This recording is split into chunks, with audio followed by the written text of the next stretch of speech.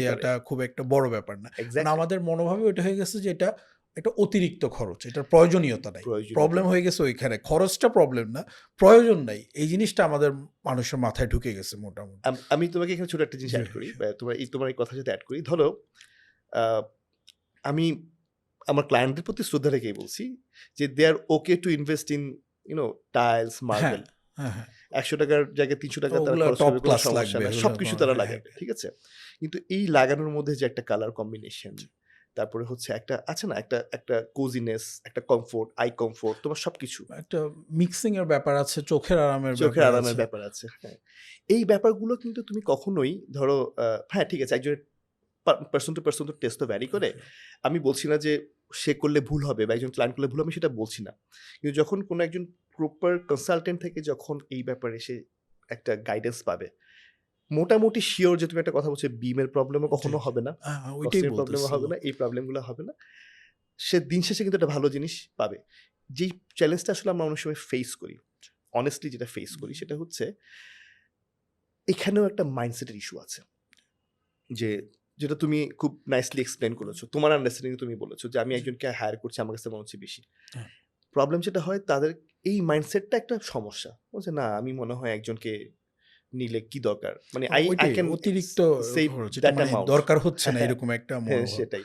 মানে অথচ তুমি যেটা বলছো ওইটাই, ধরো একটা টোটাল ইনভেস্টমেন্ট 2 to 3% সে কিন্তু আমি খরচটা ওইটাই বলতে খরচ করতে চাচ্ছি আমি। পারতেছে, হ্যাঁ। খরচটা বড় ব্যাপার না। কিন্তু ওই যে যেটা হয় মানুষ একবারই যারা করে তখন আগে তো এটা করে নাই। সো এটা এখন মনে হচ্ছে যে এটা অতিরিক্ত খরচ। এটা হ্যাঁ, তবে এটা আমি এখন আগের তুলনায় অনেক বেশি মানুষকে এখন দেখছি এখন যে মানুষ আস্তে আস্তে ব্যাপারটার ব্যাপারে এটা একটা পজিটিভ ব্যাপার যে মানুষ আস্তে আস্তে এটার দিকে আসছে। জি, তারা এখন মনে করছে যে তারা ফিল করছে যে না আসলে একজন আর্কিটেক্টের দরকার আছে। বা একজন ইঞ্জিনিয়ারের দরকার। মানে এখানে একটু স্পেসিফাই করি, একটা এইসব ডিজাইন, আর্কিটেকচারাল ডিজাইন করে কিন্তু একজন আর্কিটেক্ট, জি, স্ট্রাকচারাল ডিজাইন করে একজন স্ট্রাকচার ইঞ্জিনিয়ার, আচ্ছা। উনি কিন্তু একজন সিভিল ইঞ্জিনিয়ার হন, হ্যাঁ, মানে তার মানে একজন আর্কিটেক্ট এবং সিভিল ইঞ্জিনিয়ার মিলে কিন্তু ডিজাইন করেন। এখানেও কিন্তু আমাদের একটা অনেক সময় একটা রং কনসেপ্টের ব্যাপার চলে আসে। আর্কিটেকচারাল ডিজাইন কিন্তু কখনো একজন ইঞ্জিনিয়ার করা পারে করা করার কথা না আর কি।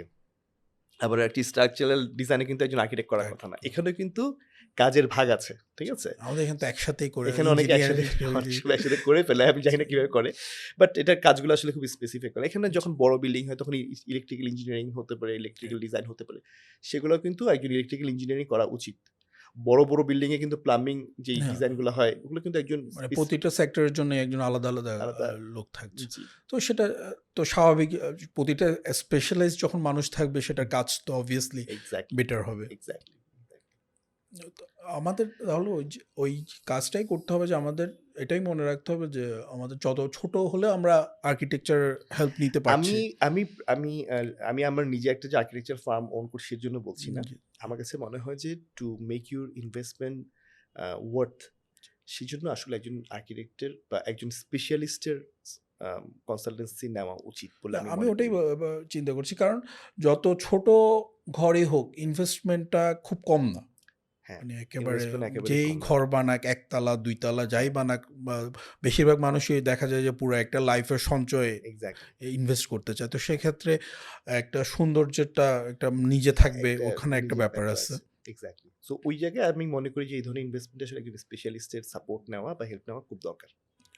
আমি এটা পার্সোনালি ফিল করি এই জিনিসটা। তো আর যেটা আমরা যদি এখন ইয়ের দিকে যাই ভাইয়া, আর্কিটেকচারদের এখন যে আপনি যখন এই ফিল্ডে আছেন আপনি না, এখন লাইক যারা আর্কিটেকচারে পড়ছে হুম। এখন সিচুয়েশনটা মানে তাদের জব অথবা ইয়ের অপশনটা কিরকম, লাইক আমাদের বাংলাদেশের কনসেপ্টে। বাংলাদেশের পার্সপেক্টিভে যদি তুমি বলো, সেটা হচ্ছে যে আহ, এই জায়গাটা তো 8-10টা ফিল্ডের মতো, এটা কিন্তু একটা challenging field for the beginners, obviously. ঠিক আছে। বিগিনার্সের জন্য সব জায়গায় খুব চ্যালেঞ্জ থাকবে, ঠিক আছে। তবে পজিটিভ ব্যাপার হচ্ছে যে মানুষ কিন্তু, ওই যে তুমি একটু আগে একটা কথা জি, বলেছো না, মানুষ কিন্তু আস্তে আস্তে এদিকে ঝুঁকছে। মানুষ মনে এখন মানুষ ফিল করছে, অনেকেই ফিল করছে যে আসলে এই ধরনের ইনভেস্টমেন্টটাকে সিকিউরড অ্যান্ড নাইসার করার জন্য হওয়া দরকার। তার মানে আমাদের এই প্রসপেক্টটা বড় বড় হচ্ছে, হচ্ছে, ঠিক আছে। প্রসপেক্ট বড় হওয়া মানে অপরচুনিটি বাড়া। অপরচুনিটি বাড়ে। হুম। সুতরাং আর্কিটেকচারে যারা পড়াশোনা করছে তারা আসলে, আমি মনে করি না যে তাদের জন্য চ্যালেঞ্জিং হবে। চ্যালেঞ্জিং হবে অ্যাজ ইউজুয়াল 8-10টা প্রফেশনের মধ্যে বিগিনার্সদের জন্য সেটা তো চ্যালেঞ্জ হবে। অবশ্যই। মানে লাইক যে পরিমাণ স্টুডেন্ট গ্র্যাজুয়েশন করছে অথবা পাস করছে তার জব ফিল্ডে কি তারা জব ওই ফিল্ডে পরিমাণ আমি জায়গা আছে? যতজনকে দেখছি যারা দেশে আছে, অনেকে দেশের বাইরে চলে জি, যাচ্ছে। তারা কেউ খারাপ যে করছে সেটা কিন্তু না। আচ্ছা। মানে আমি যতজনকে জি, জি, চিনি। জি। তারপরেও একটা ব্যাপার হচ্ছে যে চ্যালেঞ্জ তো থাকবেই। না, হ্যাঁ? কম বেশি একজন মানে নিজেদের ওটা তো আলাদা হিসাব। মানে হুম, অপশনটা আছে নাকি আমি ওটাই অপশন জানতে আছে। চাচ্ছি। অপশন সবসময় আছে। আচ্ছা, অপশন সবসময় আছে। কারণ এখানে অবশ্য আমি যদি আমার এক্সপেরিয়েন্স থেকে যদি বলি যে কেউ যদি এই ব্যাপারে সামনে আগাতে চায়, যে যত ক্রিয়েটিভিটি আনতে পারবে আচ্ছা, ডিজাইনের মধ্যে। নো ম্যাটার হোয়াট সেটা বিল্ডিং, নো ম্যাটার হোয়াট সেটা তুমি ইন্ডাস্ট্রিয়াল ইন্টেরিয়র করছো নাকি তোমার এডুকেশনাল ইনস্টিটিউশন ডিজাইন করছো বা হোয়াটএভার।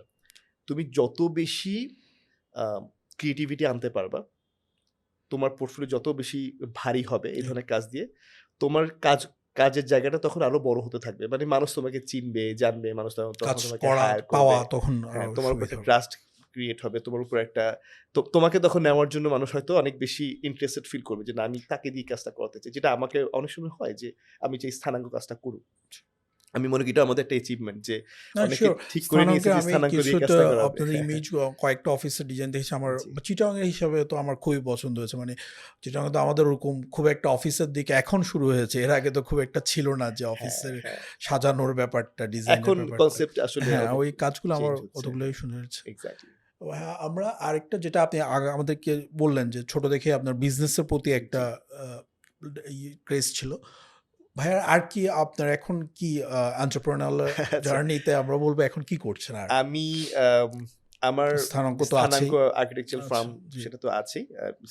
আমি স্থানাঙ্ক হচ্ছে architecture consultancy, G, construction and interior. আমরা এই সার্ভিসগুলো জি, প্রোভাইড করি। সাথে প্রজেক্ট ম্যানেজমেন্ট মানে এই জি। রিলেভেন্ট যেই সাইটটা বা রিলেটেড সাইটগুলোরই প্রজেক্ট ম্যানেজমেন্ট টার্কি এগুলো প্রোভাইড করি। এর পাশাপাশি আমার একটা ছোটখাটো গ্রোসারি শপ আছে। আচ্ছা, এটার নাম হচ্ছে O2 মার্ট। জি, আমার বাসা অক্সিজেন। জি। আমার অক্সিজেনের O2 হচ্ছে অক্সিজেনের একটা আচ্ছা, সংক্ষিপ্ত রূপ। বুঝতে ঠিক পেরেছি। আছে? জি, এবং আমার বাসার ঠিক নিচেই হচ্ছে O2 মার্টটা। আচ্ছা। আর কি সুপার শপ এই টাইপের করেছেন? ঠিক সুপার শপ বলব না, এটা মিনি সুপার শপ বা আচ্ছা, কাইন্ড অফ গ্রোসারি শপ তুমি বলতে পারো। জি, হ্যাঁ? I prefer the term grocery shop টাকে আমি প্রেফার করব। আর আরেকটা এন্টারপ্রেনারশিপ যদি বলো যে ভেঞ্চার যদি জি, বলো, আমার একটা নিজস্ব একটা সফট স্কিলস আচ্ছা, ট্রেনিং ইনস্টিটিউট আছে। আমি জি, একজন সফট স্কিলস ট্রেনারও। ওটার নাম হচ্ছে ব্রেইনিয়ার্ড একাডেমি অফ স্মার্ট স্কিলস। আচ্ছা, তো ওইটার যাত্রা শুরু হয় ২০২০ সালে। আচ্ছা, আর ওটোমাটের যাত্রা শুরু হয় ২০২১ সালে। আচ্ছা, আপাতত এটাই। এইগুলোই কাজ। আচ্ছা, সফট স্কিলস আমাদের একটা আলোচনার বড় পার্ট নিয়ে থাকবে। তো আমরা আগে গ্রোসারি শপ কেন? এটার পিছনে জানতে গ্রোসারি চাই। শপ কেন? কেন? আচ্ছা, মানে লাইক আপনি যে ফিল্ডে কাজ করতেছেন হ্যাঁ, অথবা এইটা একটা আপনার অনেক বড় সময় নিয়ে নেয়। আর গ্রোসারির সব টাইপের জিনিস এটা অনেক টাইম কনজিউমিং একটু ঝামেলার কাজ। ঝামেলার কাজ। তো হ্যাঁ, আপনি কিছু সবখানেই ওটাকেই ঝামেলা আছে কেন অবশ্য। ওটা আচ্ছা, অবভিয়াসলি আছে। আচ্ছা ওটোমার্টের যাত্রা শুরুটা হয় কিন্তু খুবই স্পেসিফিক যদি বলি ২৬শে মার্চ ২০২১। আচ্ছা, ঠিক আছে? আচ্ছা। বাংলাদেশের স্বাধীনতা দিবসের জি, দিনই সামহাউ ওই দিনে আমরা ফিক্স করেছি যে এই দিনটাকে আমরা চুজ জি, করব। এই আমার এই ভেঞ্চারটাকে শুরু করার জন্য। তো গ্রোসারি পয়েন্ট অফ ভিউ থেকে যদি আমি চিন্তা করি মানে সরি এই বিজনেসটা আমরা কেন শুরু করেছি?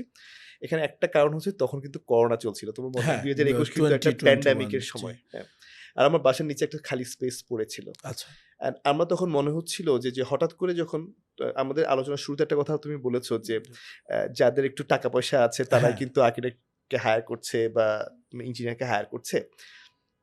ওই সময়টা হঠাৎ করে যখন সবকিছু লকডাউন আদার্স তখন কিন্তু আমাদের ব্যবসা কিন্তু একটু ডাউন ছিল। হ্যাঁ, একটু না ভালোই ডাউন বা ছিল। মোটামুটি সব কাজই অফ ছিল সব অফ বলা ছিল। যায়। আমি আমার নিজস্ব বিজনেস অর্গানাইজেশন থেকে টানা ৬ মাস আমি নিজে সেলারি দিতে পারিনি। টু মেক সিউর যে অন্যদেরকে যেন আমি সেলারিটা দিতে পারি। জি। হয় না যে তোমার যখন সব লিমিটেড থাকে তখন হ্যাঁ, হ্যাঁ, ওটা তো মাথা রিসোর্স থাকলে তো পা আর বের হয়ে যায়, পা থাকলে মাথা বের হয়ে যায় এরকম একটা ব্যাপার। এনিওয়ে তখন আমার কাছে মনে হচ্ছিল যে আমাদের আসলে ডিফারেন্ট কয়েকটা জায়গায়ও ইনভেস্টমেন্ট ডাইভার্স করা দরকার। ডাইভার্স করা দরকার। সো প্যান্ডেমিক আমাদের বলতে পারো যে চিন্তাভাবনা ওই উইন্ডোটা খুলে দিয়েছিল। ঠিক আছে? প্যান্ডেমিক আমাদের জন্য একটা খারাপ সময় নিয়ে এসেছে সেটা সত্যি কথা। কিন্তু এটা কিন্তু কিছু আমাদের অপরচুনিটিও কিছু ক্রিয়েট করেছে। অপরচুনিটি ক্রিয়েট করার জন্য কিছু মাইন্ডসেট মাইন্ডস উইন্ডো ওপেন করে দিয়েছিল। না হলে আমরা হয়তো কখনো সেটা চিন্তা করতাম আর না। সেটাই আপনি যে মানে সারাদিনই তো ওই ইয়েতে ওই ধরনের দৌড়াতে কাজে হয় আমরা ওটাই। ব্যস্ত থাকি। হ্যাঁ, এটা একটা ব্যাপার। আরেকটা ব্যাপার যেটা এটার পিছনে একটা অন্যতম কারণ ছিল যে আমার একজন তালতো ভাই শাওন ভাই জি, উনার একটা আছে মাদার বাড়িতে। তো আমি গ্রোসারি আসলে শপ। গ্রোসারি শপ উনার সাথে গিয়ে কথাবার্তা বললাম। উনার ওই বিজনেস দেখে আমি একটু ইন্সপায়ার্ড হই যে আমার কাছে মনে হচ্ছে এটা করা যেতে পারে। এই ২ টা কারণের পিছনে একটা কারণ হচ্ছে যে আসলে নিত্য নৈমিত্তিক এই যে ব্যাপারগুলো তো তোমার সবসময় লাগছে। হ্যাঁ, মানে পৃথিবীর শেষ দিন পর্যন্ত তুমি কিন্তু এই চাল ডাল বিজনেস চলতে লাগবে। থাকবে। হ্যাঁ, হ্যাঁ, এটা বন্ধ এই হবে না। বিজনেস চলতে তোমার থাকবে। সাবান লাগছে, জি। তোমার ডাল লাগছে, তোমার ডিম লাগছে, তোমার নিত্য প্রয়োজনীয় সব জিনিস তো তোমার লাগছে। লাগছে। হ্যাঁ? তো আমার কাছে যেটা মনে হচ্ছে যে আমার বাসা যেখানে সেখানে আমার কাছে যেটা মনে হচ্ছিল যেটা আমার জন্য একটা ইন্সপিরেশন হিসেবে কাজ করছিল যে একটু সুন্দর ডিজাইন করে কোয়ালিটি প্রোডাক্ট নিয়ে যদি রাখতে মানে পারি। রেগুলার গ্রোসারি শপ থেকে রেগুলার ডিফারেন্ট গ্রোসারি শপ একটু। থেকে ডিফারেন্ট বলতে আমার কাছে মনে হচ্ছে যে একটা গুড লুকিং একটা এনভায়রনমেন্ট যদি মানে একটা গুড লুকিং একটা ক্লিন শপ, গুড হ্যাঁ এক্স্যাক্টলি একটা এনভায়রনমেন্ট যদি ক্রিয়েট করতে পারি প্রবাবলি এটা অনেকে এটা কিনবে, অ্যাট্রাক্ট করবে। আসবে। হ্যাঁ, ওই চিন্তা থেকে আসলে করা। এটা সত্যি কথা বলতে কি গ্রোসারি থেকে যে আমার হয় না যে একেক জায়গা থেকে আসলে ইনকামের একেক রকম একটা ব্যাপার-স্যাপার থাকে, Sure. ঠিক আছে? তো ওইটা আমার কাছে মনে হচ্ছে যে আমার বাসায় যে একটা খালি স্পেস পড়ে আছে প্যান্ডেমিকের সময় ডাইভার্স কিছু চিন্তাভাবনা করা, আমার কারেন্ট থেকে করা। আবার এটা একটা আমার